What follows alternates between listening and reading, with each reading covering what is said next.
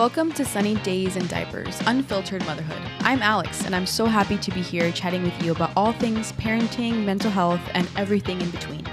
From the diaper blowouts to those little moments of pure sunshine that remind us why it's all worth it, we'll be diving deep into real stories and heartfelt insights every single month. Whether you're surviving sleepless nights or chasing big dreams in between those nap times, this space is for you. A place where you can feel seen, heard, and understood. So grab your coffee or your favorite drink, take a deep breath, because Sunny Days and Diapers is where every parent's story matters. Let's get started. Hi there. It's so awesome to have everyone back on for our second podcast, where I'm going to be interviewing my husband, Sebastian, who's here with me. Sebastian, would you like to introduce yourself? Hello, everyone. Nice to meet you. Thanks for joining us for episode 2 of Sunny Days and Diapers. How you doing, babe? How's your day been? Doing well. Busy day. A lot of back-to-back meetings. Hosted a webinar today for our partners, so everything went well. Doing well. Good.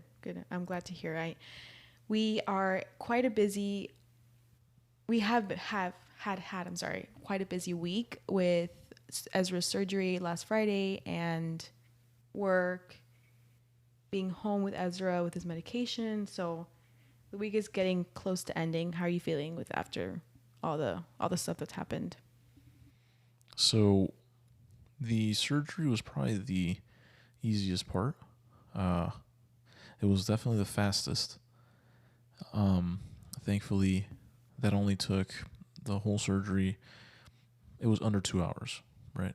Which was great. Everything went perfectly. Doctors were happy. But what awaited was nothing short but of interesting. So he has a cast right now on his foot that's supposed to stay on for 4 weeks, right? And it's been how many days? It's Wednesday, so it's been 5 days. Yeah. It feels like we're on week 5 already with the whole cast situation. He went from basically running around and exploring freely, and now he can't really do that because his cast is extremely slippery, so we can't just let him, try to walk around on his own. Also, he's not supposed to run. He's supposed to be taking it slow, but of course, a 1-year-old does not understand taking it slow. Not at all. So we've had our hands full. Thankfully, my mom has been here with us to help while we're working. Tomorrow, I'm not going to be home all day. I'm busy, so thankfully we have some support. But it's been very, very, very busy. But I'm so happy that you're here on this second episode. For everyone, my husband is really my biggest fan when starting this podcast. He bought me all the toys for running this podcast, from the mic to, what is that called? It's an audio interface. That, and really everything that we're using for this podcast. So thank you, babe, for supporting and encouraging me to do it. So to let everyone know, we've been together for how many years, babe? This is a test. Why'd you turn around to me like that? I'm going to say it's close to 10 years at this point. Yes, good job. 10 years next year. We've been together for 10 years, but we make 5 years married next year. High 5. Look at that. Did it. Boom. It's been really great. It's been such an amazing time together, and we have come a long way, and there's even better to come. So today I wanted to ask Sebastian a few questions about the past year and really share his point of view. I think the dad's point of view is so important as somebody that is such the father figure is so important in raising a child, and I think fathers need to be heard more. So I have a few questions for him, and we're just gonna kind of run through them and just talk about his perspective. And yeah, so ready? You ready, babe? Oh yeah. All right, let's get started. So thinking back to when we found out I was pregnant, what was going on through your mind at that moment, that night, that 11 p.m. night? Well, I already knew you were pregnant. I had a feeling in my gut that you were already pregnant because you were a bit out of character earlier in the month. You had been feeling a little bit different from usual, so I had my suspicions. You were late on your period already, like more than ever before. So you had this nausea, like body ache, all these stuff that wasn't normal. So I kind of had a feeling that you were pregnant, and Look at that. seeing you, You were right. were more. You were. I feel like you were a little bit more distressed about it because, I mean, from the perspective of a man, I don't have to deal with the, mental or physical changes of pregnancy, right? Well, I guess I could go through, some sort of mental change, but not really. And I don't think it really changes until the baby's born. At least for men, I think it's a little bit different beforehand. You're just supporting your wife up until then, but then after that, things change a little bit. But yeah, going back to that, when we find out that you were pregnant officially, again, I had a feeling. Make sure to buy the pregnancy test that was very clear. It was a No clear doubt. blue one. It said literally clear. Yeah, clear. Pregnant. Yeah, without a shadow of a doubt. No little sticks, confusion, none of that. We went with the one that's clearly spelled it out, pregnant. And I remember Alex. We took the first one, and waited the, whatever allotted time they said to wait. You took me out for a drive, or we went to the car, because I'm like, I need to get out. I can't. Mm-hmm. Yeah. Your anxiety levels were pretty high, so you couldn't even look at it, right? I couldn't even look I remember at it. I think you left it in the bathroom and then you ran away. You're like, ah! So I came back and then I looked at it and I was like, oh, I'm not illiterate. I'm pretty sure this says pregnant. And then I said, oh, you're pregnant. And you said no. Immediately. You're like, it's a lie. And I was like, definitely not. I can read. It says pregnant. And then you looked at it and then you yelled, you're like, ah!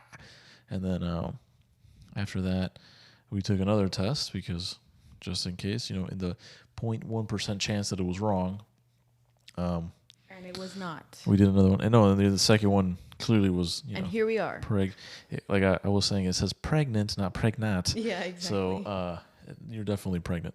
It was really exciting. Of course, like I mentioned, from my perspective, again, from the, as a man, I don't have to deal with the next 40 weeks of physical hormonal changes, right?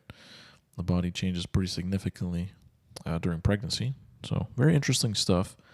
And I did learn a lot about that from that book that you got me. Yes, that was which I can't remember the title.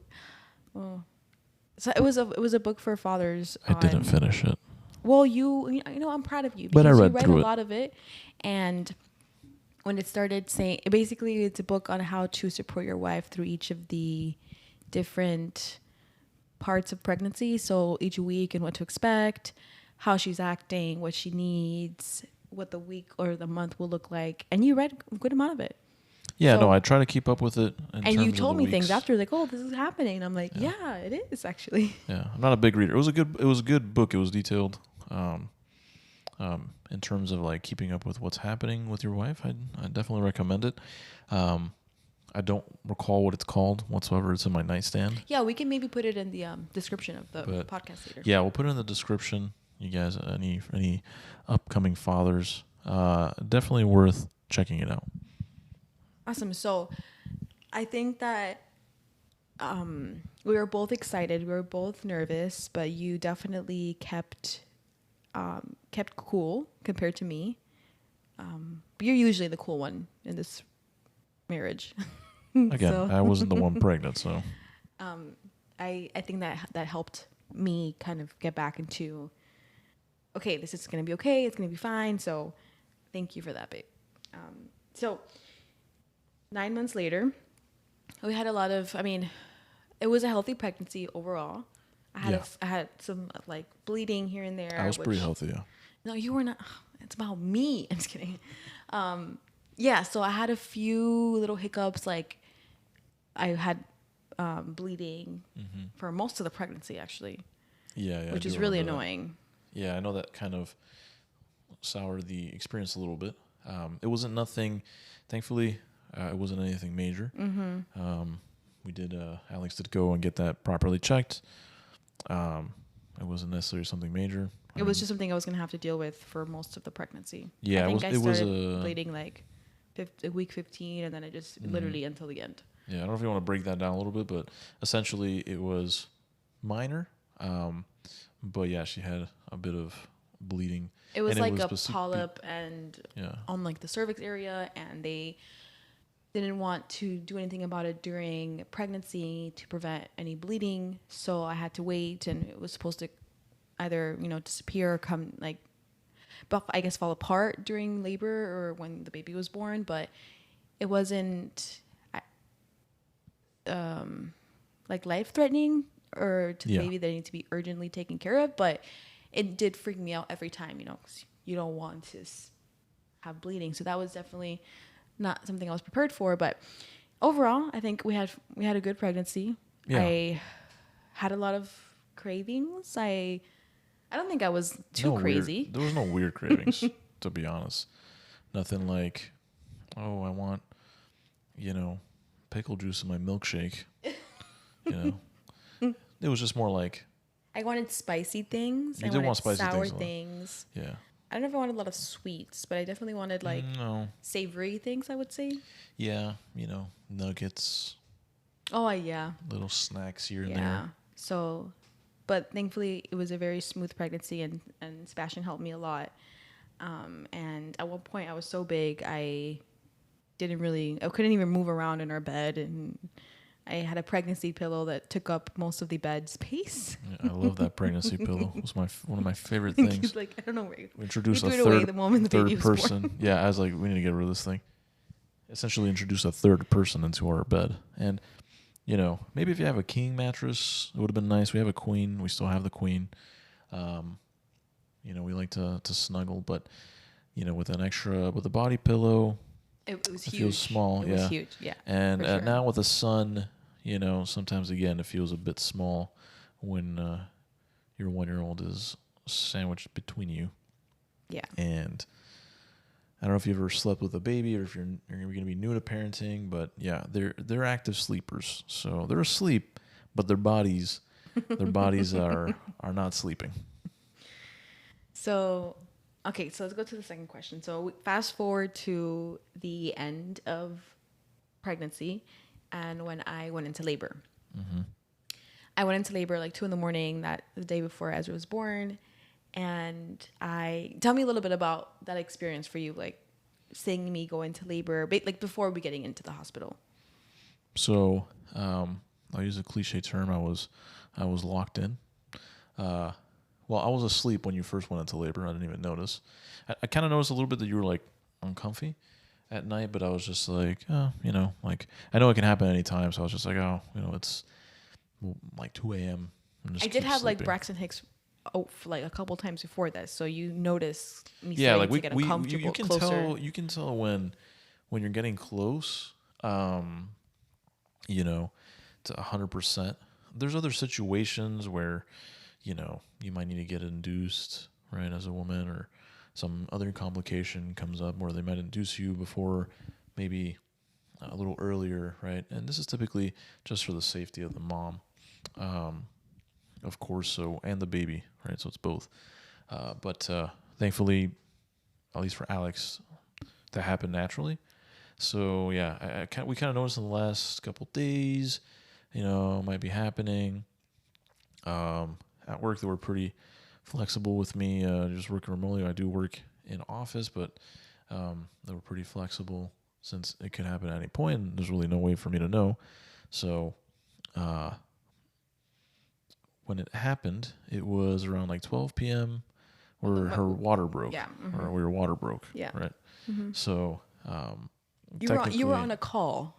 I was on a customer call. And I was on Maybe my it was little internal. bouncy ball. No, it was a customer call. Yeah, I was on my little bouncy ball in our 1-1 apartment. Yeah, just like doing little exercises and like breathing through my contractions. Well. She had come because, again, the Braxton, like it was, you felt those. Yeah, I had passed Braxton Hicks. It was like actually like they were happening every few like, with us minutes. Yeah. So your mom was already there with us, and then I do hour calls typically. So thankfully that was a call from 11 to 12, and as I was wrapping it up, I actually finished a little earlier that call, like around 11:50ish, 11:55 probably a.m. Eastern time, in case you're watching this from somewhere else.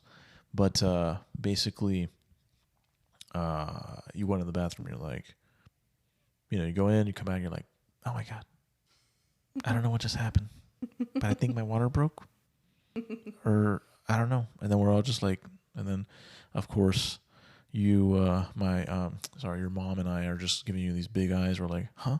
What do you mean? And then you're like, wait, let me go back and check. And I was like, go back and check. Like, what the heck are you going to check? And the bathroom, like, test the water? Like, I don't know what. And then you came back and you're like, oh, yeah, that was definitely my water breaking. And I was like, oh, it's go time. And after that, we were just locked in for the next, 14 hours? Yeah.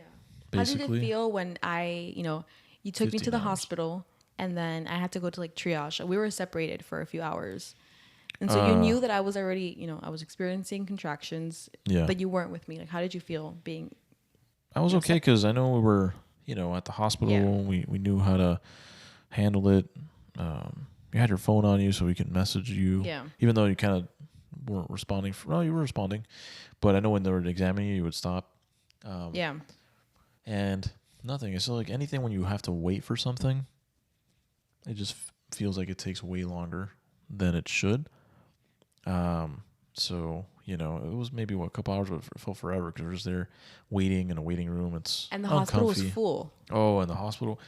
Yeah. By the way, so if you didn't know, there's a lot of babies that are made during the holiday season. So this coming up holiday season, expect a lot of August babies. Expect a lot of August, September babies because they're being made late November, early December, mid-December, late December. Yeah, I did not know this, but I guess it makes sense, right? It's like the end of the year, hospital holidays. Was full of laboring. Yeah, it was. Moms. They were packed. Like, I think I ended up being moved multiple times at the hospital, like to different rooms. Yeah. So we'll get there. We'll get there. Yeah, we'll get there in a little bit. So then I got put into a room. I finally saw each other again, and then the fun started. You can call it that. You really helped me. You gave me some like the back massages. Like you were there. I think I was so happy to have you there with me. Yeah. There's absolutely nothing I can do. I know, but it's just having you there, telling me I can do it. Even though at one point I'm like, I can't do this anymore. Oh yeah, and we'll circle back to that. And so I think I had a good rhythm for a little bit until finally I think I looked at you. I had told you, so I had shared my birth plan or my vision with my husband. It was going well, like early. I was on the path, like you're bouncing, we're doing the exercise. By the way, when from the husband's perspective, like once your wife gets past triage and then like certain conditions are met, that's when they eventually move you into like an actual room, right?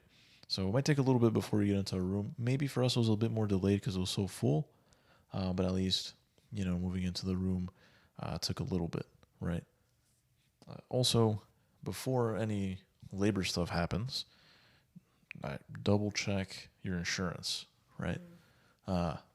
If you have insurance, whatever means you have insurance, or if you don't have insurance, look into the options because things can get pretty expensive pretty quickly, especially at the hospital for birth.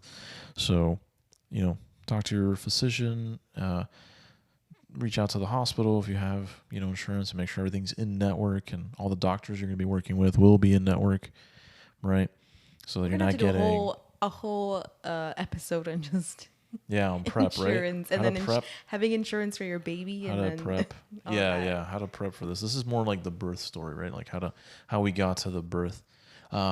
So we're there. We're doing good. Alex is dilating, right? So what that means is that her cervix is opening up essentially to let little baby out, and everything's going well. She got up to 5-6 centimeters. Yeah, it was like 6 centimeters dilated. And then I looked at you, and then you also asked me. You're like, oh, just tell me when you want the epidural. And I was really waiting. I didn't fully want to have a medicated birth, but I needed to rest. I was so tired. And so I'm like, no, babe, I need it. And so you really advocated for me. And yeah, it's like a workout. Yeah. So a really intense workout. So and there's cramping. So right, because the uterus is going like, and the worst part was the fact that I can see the like so the there's chart. A machine. Yeah, there's a machine. I should have asked for you there's can ask for them to not have that there. Oh really? Yeah. I realized this afterwards. There's so many things that you can. There's so many things that you can ask to not have them do, and that's why doulas are important. Anyway. Yeah. Continue, babe. Yeah. So they have this machine where they got all their standard stuff to monitor you and whatnot, but they have a machine that helps sort of see when the next contraction will happen, or see how strong and then how strong they are. So it does both things. So like you can see when it's coming up because it basically starts showing you a rhythm, and then essentially, and then it shows you, oh, this one's going to be like, this strong, so on and so forth, right? So, that was plugged in, and at first it was fine because it wasn't too crazy. So, Alex, she gets her epidural. We had to leave the room because it's a procedure that requires like a sterile environment, right? So basically, the anesthesiologist comes in and they have us clear the room for what, I don't know, it took like 5-10 minutes. It didn't take too long. Where they go in and they put the needle because it's touching the spine essentially, right? So they needed to be sterile to minimize any potential infection because that can be very dangerous on the spine, right? So there's all these risks as well with epidural. So the first time didn't really go in right. Second time, he gets it in, and the epidural seems to take effect. Everything's good. We're running on a field of daisies and daffodils. You're like, haha, everything is great. Yeah, so it lasted about an hour. I mean, the first time they put the epidural, it was in, but then something happened. Again, when you're getting the epidural, you're not facing the anesthesiologist. Like, you're obviously like in this like C form, and you're facing down with a nurse holding you. So I really can't see what's happening behind me. And all they say is like, okay, we have to do this again. And I'm like, again, mind you, you're having contractions while they're telling you cannot move because you need this to go into your spine. Finally, the second time, they put the epidural. They said, okay, it works. They gave me this little button where I can like get more epidural. Yeah, like it kind of like regulates the. And then, okay, it was like an hour. I'm like, okay, I can sleep. I felt better. Yeah. You guys left. You and my mom left to go grab something to eat. You were able to rest. Yeah, we went to go grab food, and that lasted about. It was an hour and 45. Yeah. It was like an hour and 45. And then I texted you. I'm like, babe, I'm starting to feel something. Yeah, and I was like, like maybe that's normal. Maybe it's like you feel a little bit, right? But no, unfortunately, and it started happening, and it was predominantly on one side of my body. So it was on my left side where I started to feel intense pain. Like, it was just the contractions again, but it was so strange because it was just on my left side. Eventually, it went full on. Like, I felt it everywhere, but it started on the left side of my body. Yeah. So essentially, the epidural failed to continue to provide pain relief. But I couldn't move. So I was like, it basically numbed her legs where she couldn't really like move her legs. So it was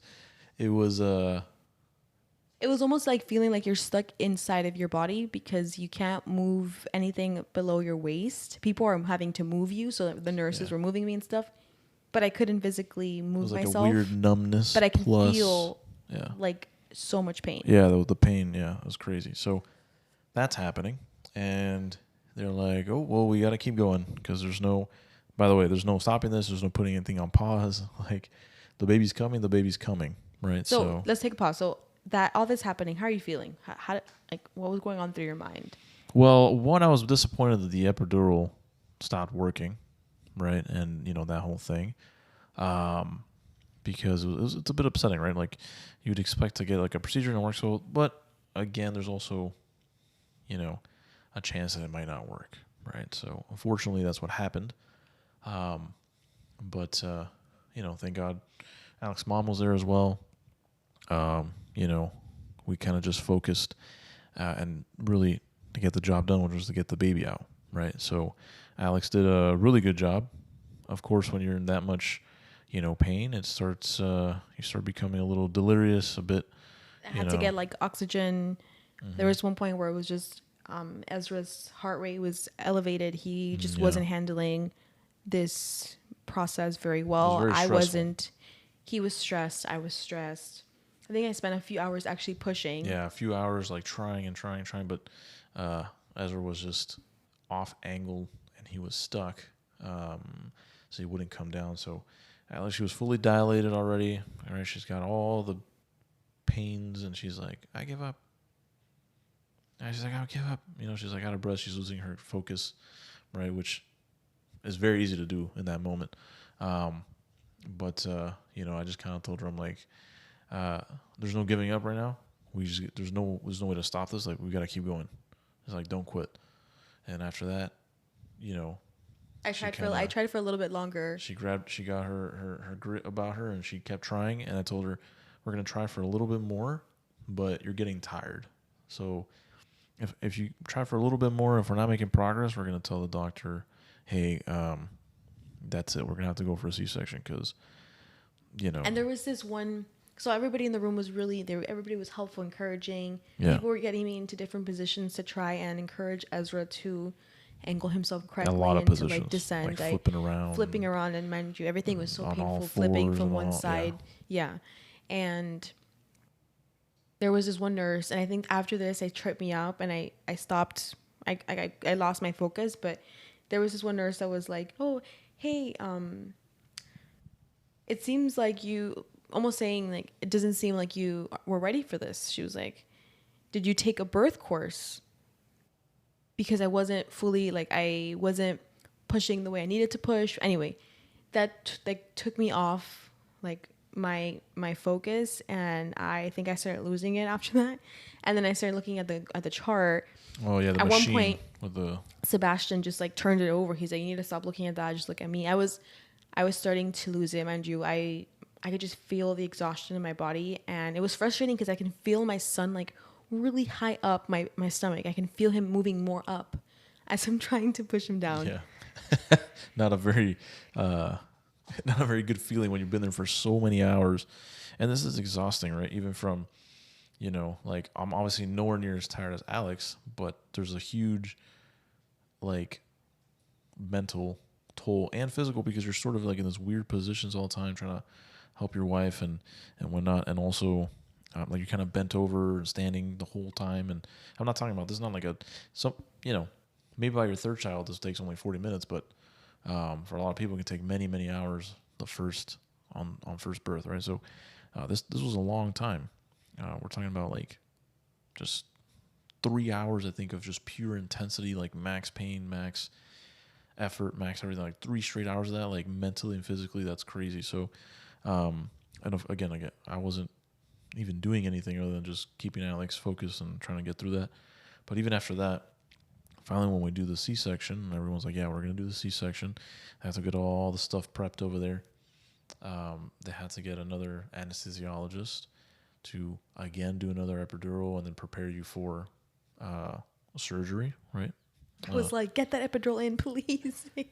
Yeah. And then it was so surreal because when the pain started decreasing again because the epidural was working, I'm like, where has this been for the past few hours? But it was such a relief. I'm just staring up at the sky, like at the ceiling, watching them like move me out into the OR room. But it was weird. It was strange because it was like seeing everything. Like, I'm like, okay, I just spent like, I don't know how many hours in there. Now I'm going in another room. I don't know what to expect. Yeah. And then you were taken somewhere else. So they asked me to get in these like gowns, right? Because you're going to go into a surgery, to an operating room. So you need to make sure that your clothes is clean, etc. So they tell you to take off some of your clothing and then put on these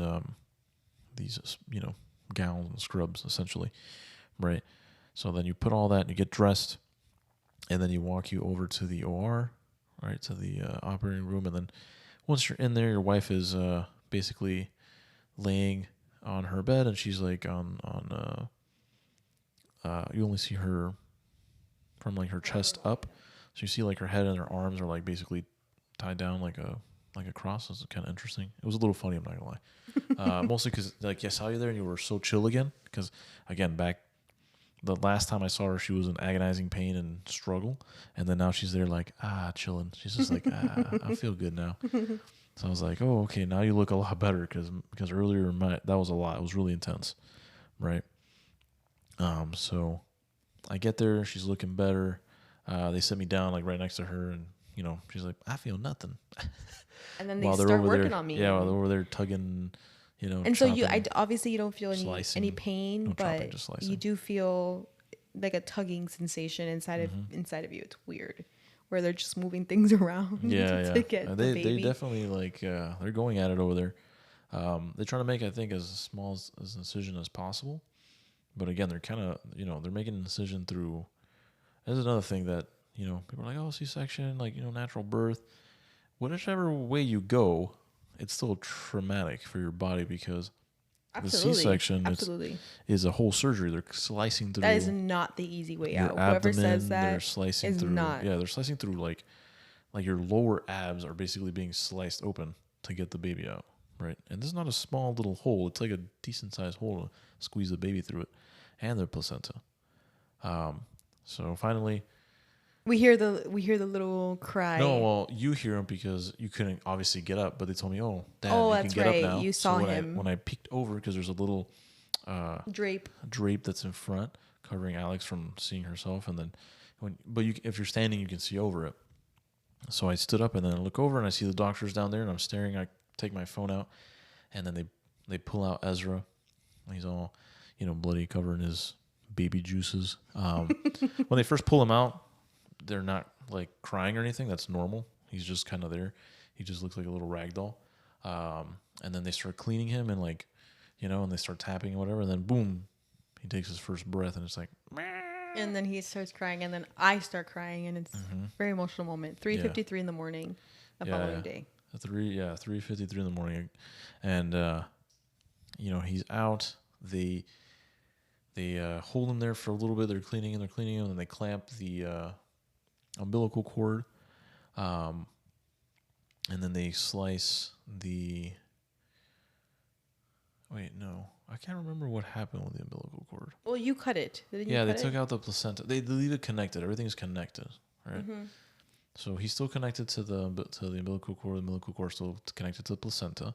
They put clamps on it. That's what they did. So they put clamps on it, and then they're like, "Oh, come here to cut." That's why there's such a thing as like delayed clamping, where they don't do that immediately, and so they let the last bit of the nutrients come out, which is something you can also ask for. They kind of waited though. They didn't immediately put the clamps because I was looking at it. They kind of put the clamps as they were moving him towards this other little section, right? Because of course Alex is there still on the operating table with her guts out, kind of literally. So they have to go back and clean all that up, make sure it's all good, to reduce any possible infection, etc., and then do the sutures to close everything up. So when I walk over to cut the umbilical cord, I remember telling Alex, I was like, "Oh, I'm just gonna cut through it, whatever." So they give me these shears, like these big shears, and they're like, "Oh, cut it." And I went to cut it. I didn't, me thinking I'm like, "Oh, this is gonna be like cutting, I don't know, like something meaty, but like kind of soft." I was wrong. It was like really hard, like way harder than I expected. So when I went to cut it the first time, I actually wasn't able to cut fully through. So I was like, "Oh, I have to go back and slice it a second time," because it was almost like cutting through like cartilage. It was really tough. That umbilical cord is no joke. Yep. So finally, Esther was born. So after all this, we went to our room, and Sebastian was my biggest support when it came to breastfeeding. So he was there 24/7 helping Ezra latch and helping me figure out how to breastfeed. I mean, this guy, Sebastian, you looked at videos. He was he was my guy for breastfeeding. So thank you for that. How was that? How was that experience seeing me breastfeed or figuring out how to Well, breastfeed? I mean, I could tell it was not easy because you basically had to figure it out. The baby had to figure it out. Of course, there's like natural instinct in there and what to do, but at the same time, it's frustrating and it was painful. I could tell it was like not the easiest thing from your perspective. So, um, we could have done maybe a little bit more research beforehand. Eventually, they did come and kind of like talk about breastfeeding, but it was like many hours later. Like you already have the baby by this point. Uh, so we needed to know the info a little bit beforehand. So I just did research and try to find out how to make sure that he's like latching properly, where it's not necessarily like hurting you, and he's getting what he needs. And also, at first, like the baby he's so small that his like I think his stomach is the size of like a little pea or something. Like it's a tiny little, or like a coin, like a dime. It's like a tiny little. Yeah. So he only needs to eat a little tiny amount. And they were eating. He was eating like every 2 hours. Yeah, like latching. which is normal. But yeah, I mean, I was glad that whatever I researched online, I was simply a vehicle, passing information along. But I'm glad it was helpful. Definitely. I mean, I breastfed for almost a year, so Yeah. kudos to you. Okay, so we eventually went home, and then here we are now, a year later. This past year has been filled with really great moments and just all kinds of experiences. So from your perspective, what has been the most challenging but also the most rewarding part of the first year of fatherhood? Yeah. What's been the most rewarding and challenging part? Rewarding is it's like seeing my family grow, right?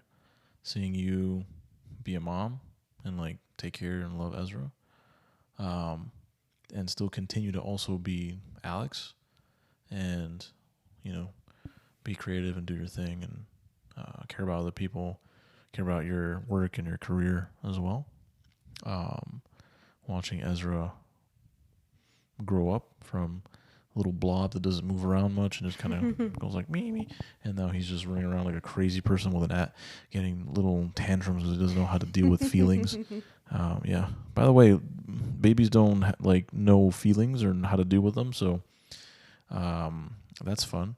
And But I mean, adults, sometimes we don't even know how to deal with well, feelings. I think it starts at this age. I think you have to help your kid learn how to deal with these things. And there's resources online that you should definitely look into. I think there's some things as parents that come intuitively, right?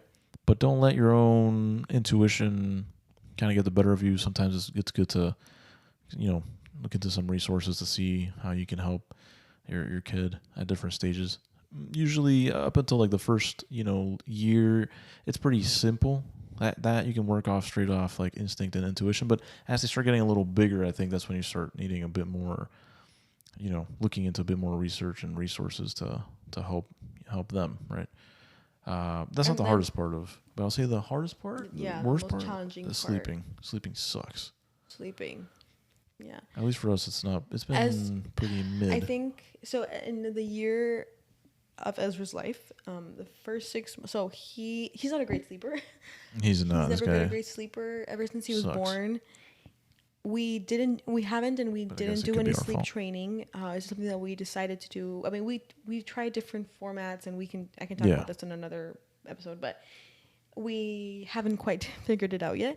We're making progress. Yeah, we're making progress. But then we had foot surgery, so. Yes, but also, I mean, we had this big transition where we moved homes. I mean, we bought a house. That was also a big He was change. in a new room, and that threw him off whatever we had done. And I mean, I can probably count with like one hand how many times he slept the night without coming into our bed or something like that. Like it doesn't happen often. So sleep is definitely something that we have lacked in the past year. Yeah. No, the goal is that once he's better from his foot, he's recovering well, he's doing well. But the goal there is to get him, pretty good. He was doing good. We were trying a new method there, and it was working well. But it kind of got interrupted with the whole foot surgery. But I'm hoping that once we get past that, then we can focus again and get him back in that rhythm. And the good thing about babies is they do learn pretty quickly. Just to keep a routine, And it's that's what we're if you're trying to do. consistent and kind of follow routine, they will definitely learn and pick things up, right? He definitely. And then the thing is that when you don't sleep, you have a higher for example, when I don't sleep, I get really angry. Yeah, you're irritable. I'm so irritable, but I think I've dealt with a lot of like just frustration and anger since giving birth. And at one point I was really sad, so I was dealing with like this like really a few months of just sadness, and then I deal with a few months of just anger, like anger in the sense like I would get angry at Sebastian for being able to go to work and not be home with the baby all day, changing diapers and breastfeeding and having a baby on you 24/7. I would get angry at him. I had like resentment. So that was hard, and that comes from not sleeping well, Yeah. being exhausted. Yeah. You're like you just can't handle so much anymore. Yeah, and it's it can be frustrating from perspective of like a husband, right? But you need to be support your wife, right? Again, she's the one that went through 9 months of pregnancy, right? 40 weeks, and all those physical, mental, hormonal changes, birth. That brings a whole new set of physical, mental, and hormonal changes after birth, right? There's this whole other, a woman's body at that point is essentially reverting back a lot of things and then changing a lot of other things. So, as a father, as a man, you need to be mature and ready to handle that. I'm not saying that every day you're going to be like, oh, great, you're going to put up with this or whatever. You might get upset as well, right? You might also be tired, right? And you might also be irritable, frustrated. That's fine. The best thing you could do is just talk about it. Like really try to have a good support system between each other. And if it helps, also your wife, see how she can establish some sort of support group outside of between yourselves as well, right? Because that helps other moms, other people that experience similar things. I'm a father. I'm a dad, I'm a man, but I'm not a woman. I don't understand what it means to give birth and be pregnant and all that, right? So other women that your wife can speak to, relate to, is healthy, right?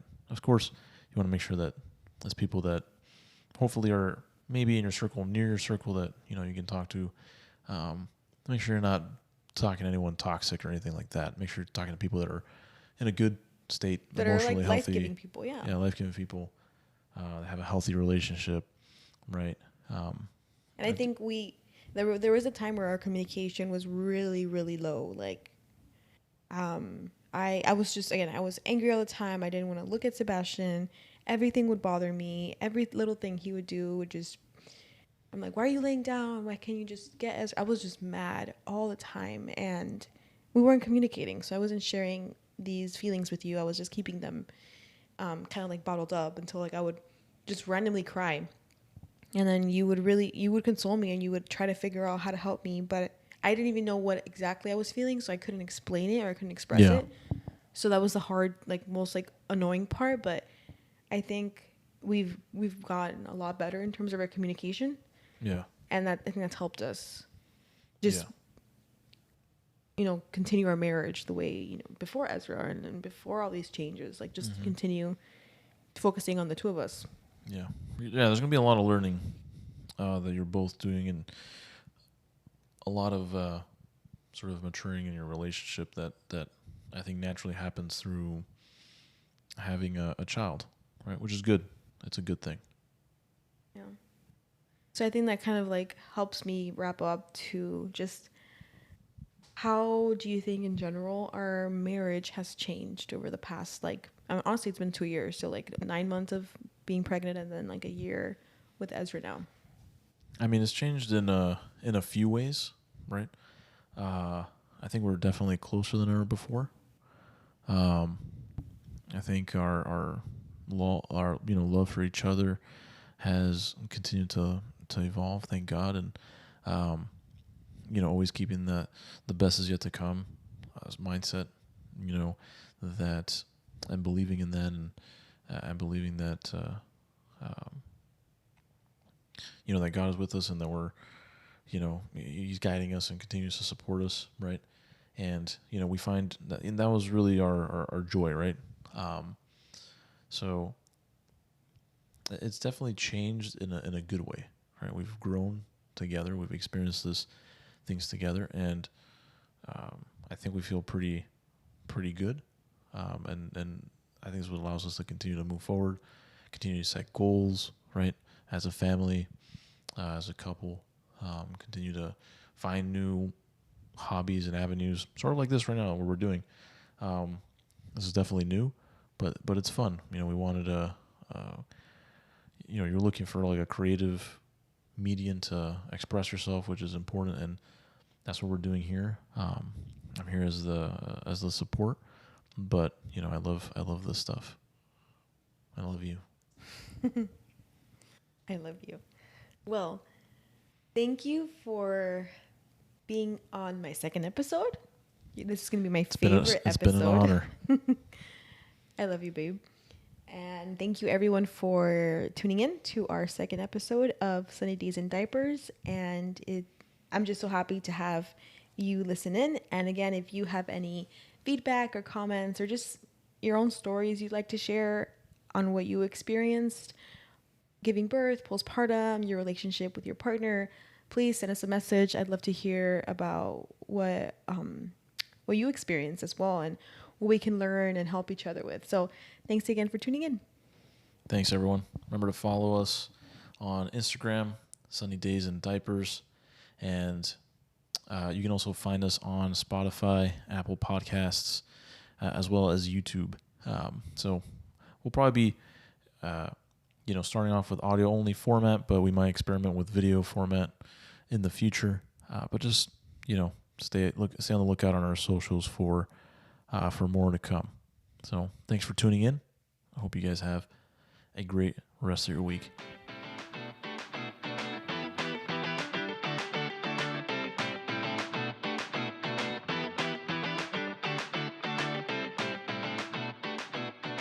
Thank you so much for joining us today on Sunny Days in Diapers. I hope today's episode brought a little sunshine and realness to your journey in motherhood. Remember, whether today feels like a sunny day or a diaper day, you're not alone, and you're doing an incredible job. If you enjoyed this episode, don't forget to subscribe so you don't miss out our next chat. And hey, if you know a mom or dad who could use a little encouragement, share the love and pass this episode along. I'd love to hear from you. Feel free to reach out on @SunnyDaysInDiapers on Instagram. Your stories, your thoughts, they mean the world to me and my husband, and they help make this community stronger.